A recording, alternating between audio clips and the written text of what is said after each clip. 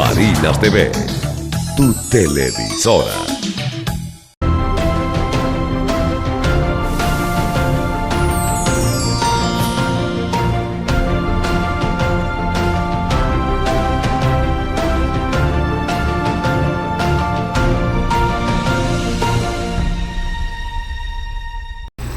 Hola, muy buenas tardes para todos, bienvenidos esta tarde bendecida, afortunada, llena de vida y de salud a este su programa Dialogando con el doctor Henry Mora. En esta oportunidad nos acompaña uno de los insignes de la medicina interna aquí en el estado Barinas, el doctor José Reyes Dorante. Muy buenas tardes, doctor, bienvenido. Buenas tardes. El doctor es médico cirujano egresado de la Universidad Francisco de Miranda. Además, cursa con la especialidad de internista desde hace 9 años aquí en el estado, de experiencia pues en el área de medicina interna. Es jefe de servicio del área de medicina interna del Hospital General Dr. Luis Racetti, jefe del posgrado de medicina interna ahí en el Hospital General Dr. Luis Racetti. Además es coordinador clínico del área COVID, es miembro de la Comisión de Ética del Colegio de Médicos Barinas y, por si fuera poco, estudiante de Derecho de la Universidad de los Llanos Experimentales Ezequiel Zamora. Muy buenas tardes, doctor, y bienvenido a este programa. Buenas tardes, gracias por la invitación. Quiero saludar a toda la población barinés y felicitar a este canal que abre su puerta para conversar acerca de ciertos tópicos de enfermedades que aquejan a la sociedad venezolana, al mundo específicamente o especialmente a la sociedad barinesa. Muchas gracias nuevamente por la invitación y bueno, esperemos que sea de agrado a toda la colectividad de Barinas el tema que vamos a conversar el día de hoy. Muchas gracias por la invitación. Bien, y el día de hoy, a propósito de esta entrevista, el doctor nos acompaña para hablar, gracias a que esta semana pues, es la semana galardonada para la epilepsia a nivel mundial, un tema bastante controversial y que ha gozado de muchos estigmas sociales, pues es una enfermedad que desde sus indicios gozaba con una particularidad, y es que desde el punto de vista social era bastante señalado, pues se decían que tenían unos orígenes como de un castigo divino, y de hecho quizás vamos a hablar un poco sobre el concepto breve para que la gente entienda, digamos, diferencial de lo que es la epilepsia, de lo que es una crisis epiléptica y de lo que es una convulsión. Bueno, para entrar en calor acerca del tema, en realidad esta semana se celebra, como tú bien lo dijiste en la introducción, la semana contra la epilepsia, y esto nace precisamente hablando un poco del origen de la celebración y por eso cuando extendiste o extendió la televisora la invitación, hablé acerca de por qué no conversamos sobre esta enfermedad denominada epilepsia. Y es que bueno, en el año 2000, exactamente el 9 de septiembre, en el Congreso Latinoamericano que se realizó en Santiago de Chile, se estableció que esa era la fecha para celebrar en Latinoamérica la semana de la epilepsia, o contra la epilepsia, mejor dicho. Y esto surge precisamente por la necesidad de que es una enfermedad estigmatizada por la sociedad, la cual tiene ciertos mitos, y como bien lo dijiste, en los orígenes se hablaba de que venía sobre algo sobrenatural, dado a la sintomatología que el paciente presenta, estos movimientos que contraen la musculatura del paciente epiléptico, lo denominaron como algo sobrenatural. Entonces es allí donde la Sociedad Latinoamericana contra la Epilepsia, celebrado el 9 de septiembre del año 2000, ve la necesidad de celebrarse esta semana, y a favor de esta realizar diversas charlas, congresos, y es lo que precisamente aquí se está realizando. En lo particular, en nuestro país, la Sociedad Venezolana de Neurología, también existe también está la Liga Venezolana contra la Epilepsia, el IVESE, que también celebra y tiene muchas actividades. Actualmente en todo el país y en Latinoamérica se está celebrando esto, se están dando diversas actividades. De hecho, aquí en Barinas se dio una a partir del lunes se vienen dando charlas, incluso con neurólogos reconocidos de la región, y el servicio en el área de medicina interna ha sido un espacio donde se ha discutido también esto para concientizar a la población y para que los médicos y los estudiantes de medicina estén bien formados sobre el comportamiento de esta enfermedad y cómo es el manejo terapéutico de este tipo de pacientes cuando nos llegan a las áreas de emergencia, en el centro hospitalario, al área de emergencia de nuestro centro hospitalario, o cuando estamos frente a un paciente que es epiléptico conocido, y cuál debe ser la conducta de este paciente, más allá de que, vuelvo y repito, como en sus orígenes eran señalados, estos pacientes desde el punto de vista social se han incorporado y se les respete y se les garantice un trato igualitario. Doctor, en relación a, digamos, el concepto que maneja la población, durante mucho tiempo se han generado distintas diatribas en lo que representa para la colectividad una convulsión, un paciente epiléptico, una crisis epiléptica. ¿Qué, digamos, diferencia podemos darle? ¿Qué concepto así puntual, práctico, para que la gente entienda, digamos, esta diferenciación dentro del langor médico? Bueno, la epilepsia, como se define según las guías de neurología, se define como sobre la sobreexcitación de las células neuronales o de un grupo de neuronas, ¿ok?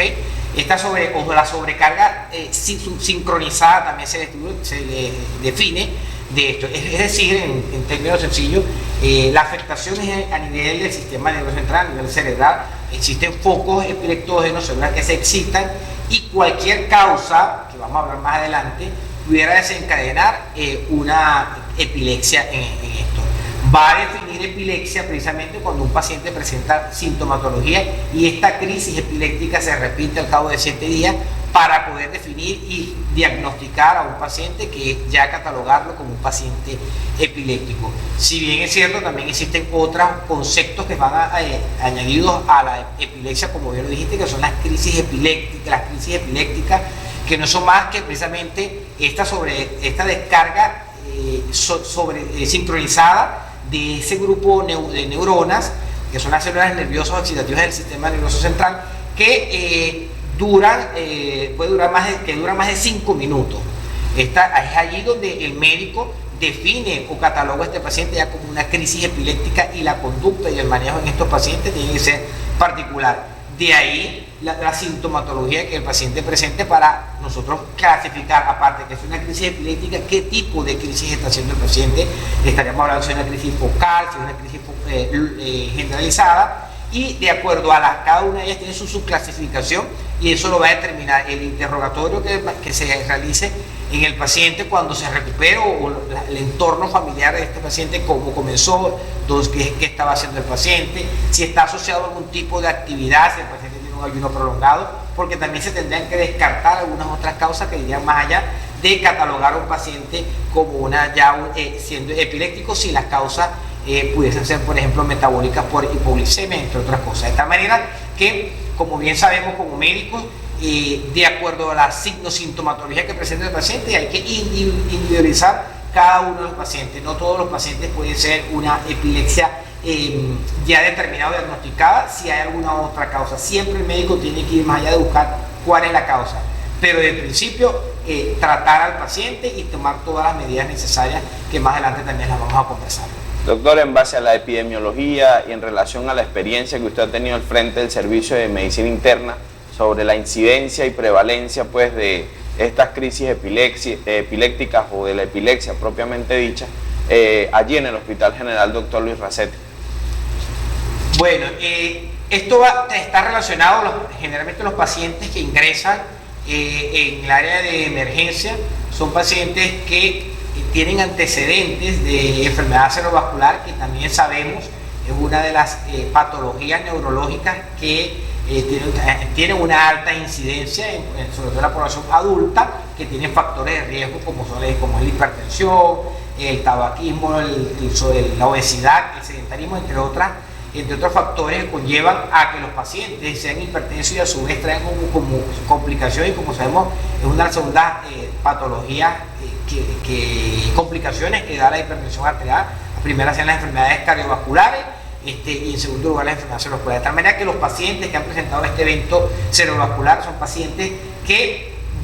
cuando tiene algún abandono de tratamiento, cuando el seguimiento médico no es el adecuado, pueden presentar crisis epilépticas y sea este el motivo de ingreso para yugular estas crisis, para tratar estas crisis epilépticas. De tal manera que está relacionado mucho con los pacientes que ya tienen preestablecido un daño cerebral, en este caso un evento cerebrovascular, bien sea de origen isquémico o hemorrágico, que pueden presentar y en algunos pacientes tempranos y en otros pacientes tardíos, que los conocemos, los catalogamos como un síndrome comicial tardío en este tipo de pacientes. De tal manera que esta es una incidencia. Otro de los pacientes o grupos de pacientes que también ingresamos en el son los pacientes que abandonan tratamiento, cuando hay supresión del tratamiento antiepiléptico indicado por el neurólogo o en manejo conjunto con el internista. Hay muchos pacientes que hacen abandono y supresión del tratamiento, y esto evidentemente hace que estos focos se activen y ocasionando que hagan crisis epilépticas o crisis epilépticas y sea motivo también de ingreso. Cabe destacar aquí, aprovechando el punto que estamos tocando, que dentro de la nueva clasificación se habla o se define también como las epilepsias refractarias y superrefractarias, y esto va a depender no solamente de la crisis epiléptica, cuando hablamos que es una crisis que dura más de 5 minutos, o cuando los pacientes no recuperan entre una y otra, cada 5 minutos hacen crisis epiléptica. Ahí hablamos de crisis epiléptica como tal. Cuando hablamos ya de epilepsia refractaria o superrefractaria, es aquel paciente que, a pesar del tratamiento, a pesar de yugular y tratar al paciente desde el punto de vista médico, farmacológico, el paciente persiste con las crisis en las áreas hospitalarias, el centro de salud donde ha sido ingresado, y no hay recuperación de las mismas. Son pacientes que sin duda alguna es allí donde se involucra el manejo en conjunto con el intensivista, es decir, en la terapia intensiva, para ya subir o escalonar en cuanto al tratamiento y el manejo farmacológico, y cuál va a ser el próximo paso a seguir con este paciente con una epilepsia refractaria o, en el peor de los casos, una epilepsia superrefractaria. Doctor, uno de los puntos bastante álgidos en el tema de la epilepsia es que dentro de nuestro, digamos, vocabulario médico manejamos 3 terminologías bastante importantes, que es el aura, el ictus y el estatus o el estado posictal del paciente. Cómo nosotros a la colectividad podemos darle, desde el punto de vista práctico, la manera de ellos tener una aproximación con el paciente y entender la historia natural de esta enfermedad o de esta patología, que puede tener una instauración aguda o crónica. Con esta pregunta nos vamos a un espacio publicitario y ya regresamos.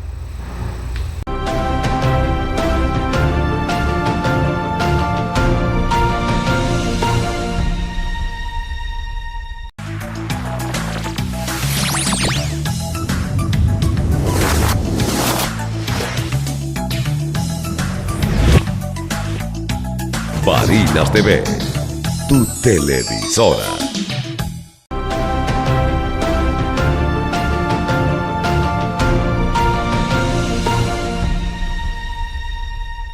Bien, y volvemos a su programa Dialogando con el doctor Henry Mora,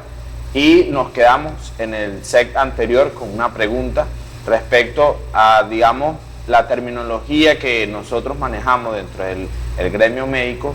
en referencia pues a la historia natural con la que cursa la epilepsia o las crisis epilépticas, que es el ictus, el aura y el estado posictal del paciente. Entonces era como la aproximación inicial que puedan tener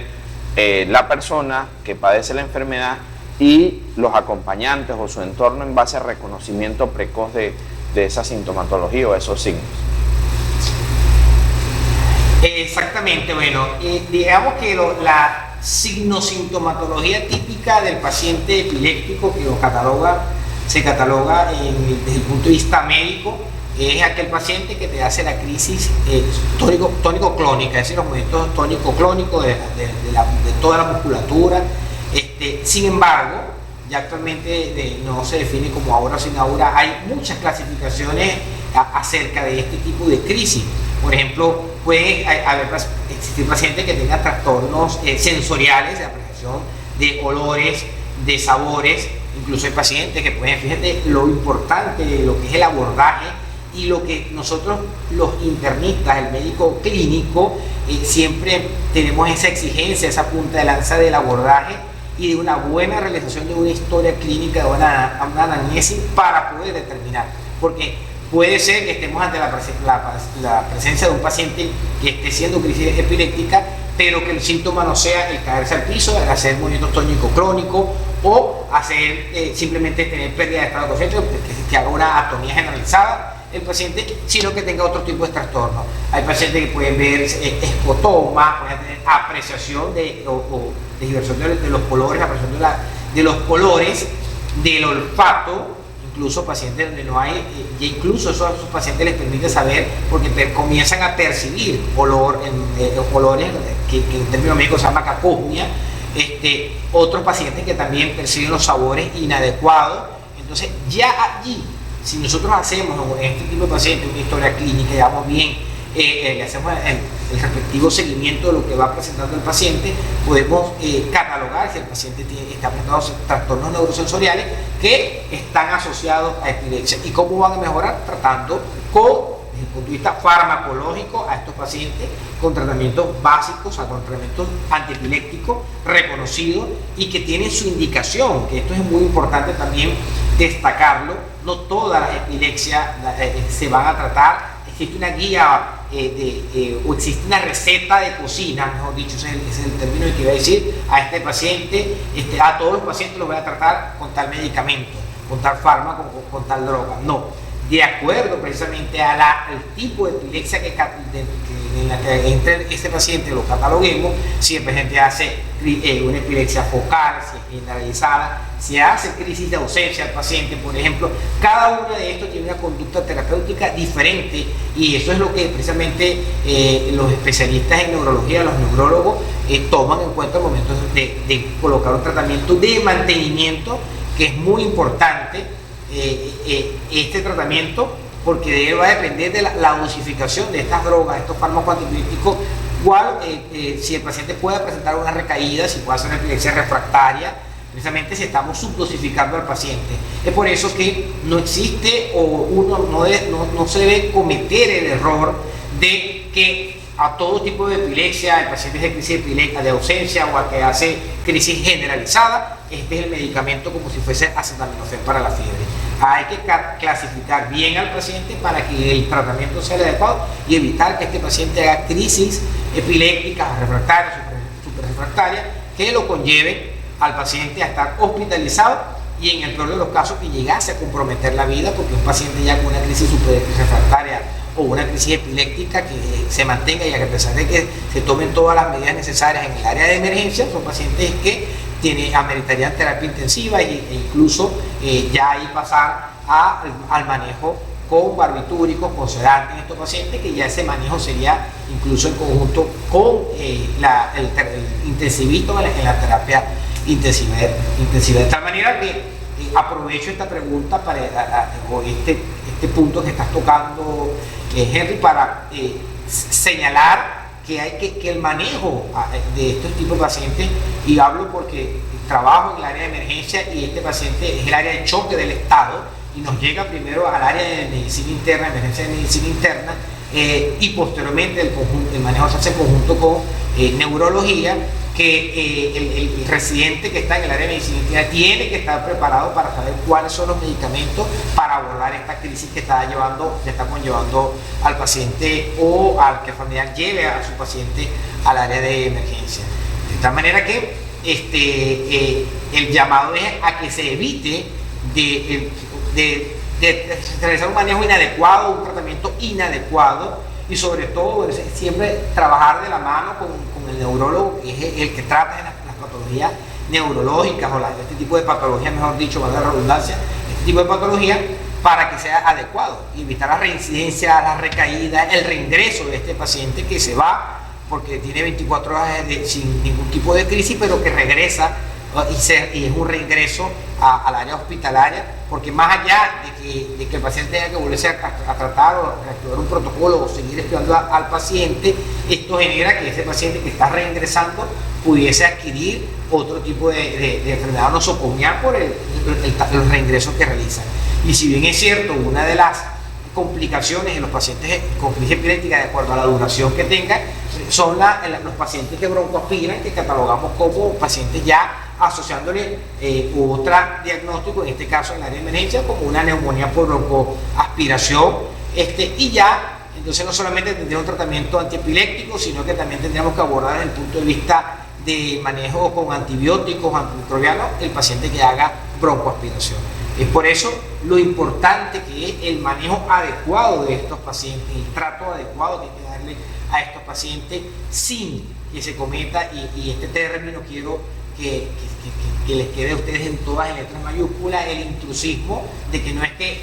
se va a abordar un paciente o precisamente cuando viene siendo manejado con un tratamiento inadecuado, se puede cometer, o sea, por intrusismo, falla en ese tratamiento y el paciente es prácticamente quien paga las consecuencias. Entonces, importante es que el manejo sea adecuado en conjunto con el neurólogo y que individualicemos a cada paciente para que el tratamiento sea el idóneo y evitar reingresos al área hospitalaria, que no solamente es para la parte del paciente, de los familiares que se reingresen, porque incluso hasta para el Estado esto generaría un paciente que nuevamente ocupa la cama por mismo diagnóstico de ingreso, de su primer ingreso. Doctor, en referencia pues a esta patología, sabemos dentro del punto o desde el gremio médico que aun cuando este paciente tenga ya un diagnóstico, un medicamento de primera línea instaurado, son pacientes que se comportan como una bomba de tiempo. En relación a la atención prehospitalaria o antes de que el paciente pueda acudir a una institución de salud, ¿cuáles serían las medidas o las recomendaciones que podemos darle a, digamos, el entorno que observa cuando un paciente tiene una crisis epiléptica para, digamos, poder evitar que ese paciente en el trayecto o en el tiempo, digamos, en esa hora dorada que nosotros manejamos desde el punto de vista médico, pudiésemos ayudar a ese paciente a mitigar esa crisis? Es importante cuando ya se hace el diagnóstico de epilepsia, concientizar a los familiares acerca, como bien lo dijiste, de los síntomas que el paciente puede presentar. Ya muchas veces los pacientes reconocen solamente cuando comienzan a tener algún síntoma neurosensorial. Él dice: me va a dar la crisis epiléptica, y el paciente busca seguridad, sentarse en sitio, o los familiares vigilar que este paciente la crisis no se vaya a generalizar y se vaya a complicar con un traumatismo cráneoencefálico o algún traumatismo en cualquier parte del cuerpo del paciente, de acuerdo al tipo de crisis que presente. De tal manera que es por eso que surge esta necesidad desde el 9 de septiembre del año 2000 de crear hay que concientizar a la población, concientizar al paciente epiléptico, ¿okay?, de cuál debe ser el manejo ante una crisis. Y fíjate, hay pacientes que reconocen ya si tienen alguno de estos síntomas que estoy hablando, como un trastorno, si ven escotomas, si tienen algún sabor inadecuado, algún olor, o si tiene algún otro síntoma que le haga reconocer que viene una crisis. De repente dice: me va a dar, y se sienta. Pero sin embargo, si esto se llega a producir, lo importante es, y es por eso que se creó esto y que se están dando charlas, mantener la calma, tanto del entorno que tiene este paciente. Si el paciente se cae al suelo, hace una caída de sus propios pies, mantener calma. No hay que tratar de estos pacientes cuando si es una crisis tónica clónica, no hay que tratar de frenar esa crisis y dejar porque que el paciente pase esa crisis. Se estipula que aproximadamente la crisis dura 2 minutos. Si ya dura más de 2 minutos y pasan los 5 minutos, ahí sí lo catalogamos como ya una crisis epiléptica en este paciente, en el paciente. Mantener la calma, tratar de colocar al paciente de lado, no frenarle, no colocarle ningún objeto dentro de la cavidad bucal, aunque sabemos que ahí se hace contracción de la cavidad y puede haber traumatismo de la lengua. En este caso no se tiene que colocar ningún objeto, ni en el caso de tener una cánula que sea a nivel hospitalario o en la calle o en la casa, que muchas veces usan objetos para la apertura bucal, se tiene que evitar, ya no se estima porque se ha demostrado que es peor porque hacen fractura de las piezas dentales. Si el paciente tiene algún tipo de prótesis dental, lo que ocasionamos es que ésta se desprenda, se fracture, y estamos asociando una complicación que sería un cuerpo extraño a las vías aéreas en estos pacientes, y por eso se recomienda y se hace el llamado a que los pacientes se evite de que se le introduzcan objetos que eviten la mordedura de la lengua. En todo caso, eso forma parte de esa crisis generalizada que va a tener el paciente, y evitar todo eso. De tal manera que no asustarse ni alarmar, sino mantener la calma del paciente, acostarlo al paciente y darle toda la atención hasta que la crisis mejore. Y posteriormente, evidentemente, si eso ocurre en la calle, en un supermercado, en algún sitio de cualquier ámbito social, posteriormente ese paciente tiene que ser, si es por una primera crisis, tiene que ser evaluado por su médico tratante, por el neurólogo, el internista, o si no, en caso tal, si ya es un paciente diagnosticado con epilepsia, como lo dije en el segmento anterior, ver qué está pasando, estamos subdosificando a este paciente, y para eso existen las pruebas en sangre de la dosis de los fármacos. Puedo dar un ejemplo sin citar un nombre comercial, por ejemplo, dosis de carbamazepina en el paciente, de difenidantoína, que es otro de los que se usa para el manejo de las crisis epilépticas o de la epilepsia, de tal manera que eso nos permita de manera objetiva a los médicos decir, bueno, estamos subdosificados, y esa es la causa que el paciente hizo la crisis epiléptica, porque tendríamos, como vuelvo y repito, descartar otras causas. Por ejemplo, la hipoglicemia. Es muy común que un paciente diabético que haga hipoglicemia porque requiere insulina, y estemos también con dosis altas de insulina y no coma, y haga una hipoglicemia, corre el riesgo de hacer una crisis epiléptica. O que haya trastornos del medio interno, como son los trastornos electrolíticos, reconocidos también, que es una de las principales causas desde el punto de vista metabólico, que ocasionen encefalopatía metabólica, y el síntoma principal va a ser que el paciente haga crisis convulsiva, y no sea necesario catalogarlo como una crisis de epilepsia. De tal manera que, para terminar la idea de que sí hay que concientizar, hay que hablar con el paciente, no atemorizarlo, él va a recibir un tratamiento adecuado para evitar estas crisis. Se tienen que hacer recomendaciones dietéticas y de estilo de vida, como por ejemplo el sueño, que sea un sueño reparatorio, que sea un sueño que la gente concilie bien el sueño y duerma la cantidad de horas suficiente, porque eso también excita. Si el paciente no duerme adecuadamente las jornadas nocturnas, el sueño adecuado de 8 horas mínimo, estos pacientes también ocasiona que ese trasnocho o el insomnio exciten ese grupo de células neuronales, y pueda presentar la convulsión o la epilepsia, a pesar de estar recibiendo tratamiento, incluso a dosis ajustada e innecesaria. Doctor, ya para finalizar la entrevista, me gustaría que habláramos brevemente de, digamos, generalmente dentro de el área pediátrica se vive mucho lo que es las crisis desencadenadas por alzas térmicas o crisis febriles. Incluso dentro de las clasificaciones en pediatría se habla de las crisis febriles plus, que son las que sobrepasan los 5 años. Dentro de su experiencia, digamos, en el área de neurología, en base a las crisis epilépticas en los adultos, ¿se desarrollan este tipo de crisis epilépticas por fiebre o no? Bueno, ya a hacer la aclaratoria, en base a la experiencia como internista, de área de neurología, bueno, como internista en este tipo de pacientes neurológicos, diría yo, en los adultos neurológicos,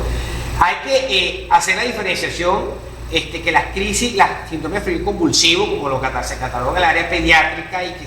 el concepto básico en este caso, sin hablar de la convulsión plus, como estoy diciendo, febril, crisis convulsiva plus,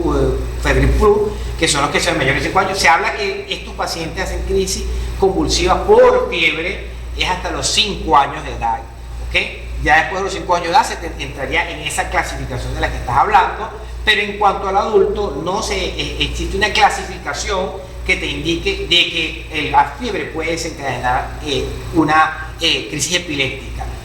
Si el paciente tiene algún proceso que dentro de la sintomatología se origine fiebre como respuesta inmunológica o respuesta inmunitaria en estos pacientes, habría que buscar la causa de que estuviese desencadenando la fiebre. Probablemente y por eso digo,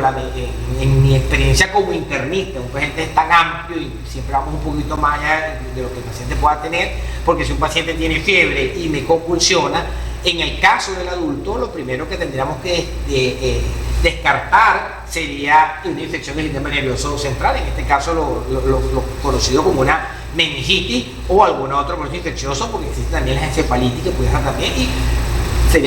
sería ahondar un poquito más en otras cosas, pero es lo primero que como internista sería. Si el paciente no existe el síndrome febril convulsivo en el adulto, se cataloga solamente en pediátrico hasta los 5 años de edad. Ya posterior a eso hay que clasificarlo, como bien lo dije al inicio del programa, y buscar otras causas: daño estructural, un S hemorrágico, un tumor cerebral que también es ocasionante puede ocasionar convulsiones de acuerdo al área donde está ubicada la tumoración o a la magnitud del tumor, o en el peor de los casos que el paciente tenga una neuroinfección, como lo dije, una meningitis o un acceso cerebral que también puede estar asociado a que el paciente tenga fiebre, trastornos cognitivos y pueda llegar a convulsionar. De manera que siempre, sí existe esa diferencia, que en el adulto no se estipula que la fiebre vaya a originar la epilepsia o la crisis epiléptica. Todo lo contrario, hay que buscar yugular la epilepsia y buscar la causa de la fiebre en este tipo de pacientes. Doctor, en base ya, digamos, a lo nuevo, a los avances que han existido en los estudios más recientes en referencia a la epilepsia, ¿qué hay de nuevo en los manejos respecto a esta patología? Si el tratamiento, de acuerdo a la sintomatología del paciente, la clasificación va a abordar el manejo. En caso de pacientes con crisis epiléptica superrefractaria que no cedan, y a pesar incluso del paciente tenerlo en la terapia intensiva, lo único que se estipula, y es por eso que existen neurólogos ya que hacen la subespecialidad en epilepsia, o que son conocidos como los epileptólogos, son los que tienen una amplia experiencia. Entonces se catalogaría a este paciente si cuenta con los criterios para que ese paciente sea sometido a cirugía, en este caso para tratar la parte de los neurotransmisores, que cirugía para inhibir estos neurotransmisores, tanto de la parte GABA como dopaminérgica, para hacer el bloqueo del mismo, pero eso sería en pacientes que tengan crisis epiléptica superrefractaria, que se hace el tipo de abordaje ya quirúrgico para poder manejar a este paciente y obviamente como médico poder garantizarle la vida a estos pacientes. Doctor, para finalizar, siempre acostumbro, digamos, lejos del ejercicio profesional, pues como médico y con sus especialidades, ¿quién es el doctor José Reyes? El doctor José Reyes es una falconiano, oriano específicamente, que llegué a esta ciudad hace exactamente, voy a cumplir 10 años el próximo año, tengo 9 años y algunos meses que llegué a esta ciudad, que tiene una vida social, que tiene una vida aparte de la medicina familiar. Tengo 2 hijas que estamos creando bajo un matrimonio, que relaciona, puede relacionar, tiene sus relaciones intersociales con otros tipos que van más allá de la medicina, porque no, incluso un poquito hasta con la parte política, pero que también tiene una vida social, familiar. Me gusta, fíjate que actualmente estoy estudiando Derecho y pienso que el médico no tiene límites. O sea, nosotros los médicos vamos un poquito más allá, pudiésemos seguir haciendo estudios solamente en la parte de medicina, pero en mi caso, aparte de que trato siempre de estar actualizado, doy clases, soy profesor de la Universidad la Francisco de Miranda, también actualmente voy a comenzar con la Universidad de los Andes, la Rómulo Gallego y la Universidad de Ciencias de la Salud, que son las que han salido aquí, como docente en cada una de esas universidades. Me atreví a decir, bueno, el médico también puede saber de leyes, el médico también puede saber de jurisprudencia, el médico también puede saber de la parte de aspecto legal, y actualmente también me catalogo estudiante de Derecho. Estoy finalizando el primer año, Dios mediante, termino en 2 semanas, y eso también es el doctor José Reyes, que es internista, también es estudiante, es padre, es esposo, es amigo y tiene una vida social aparte de la medicina. Muchas gracias. Bien, y nos despedimos de todos ustedes. Gracias por acompañarnos a través de estas pantallas. Gracias a nuestros seguidores en las redes sociales. Agradeciendo a la producción de la televisora Barinas TV, agradeciendo la participación del doctor José Reyes, que esperamos tenerlo nuevamente a través de estas pantallas en las próximas entrevistas. Y bueno, como siempre, acostumbro a despedirme de todos ustedes sin miedo al éxito.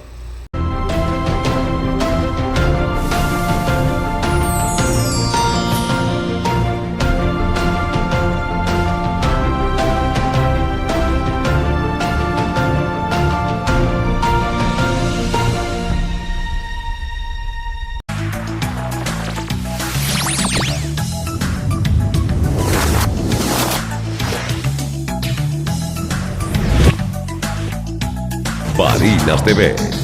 tu televisora.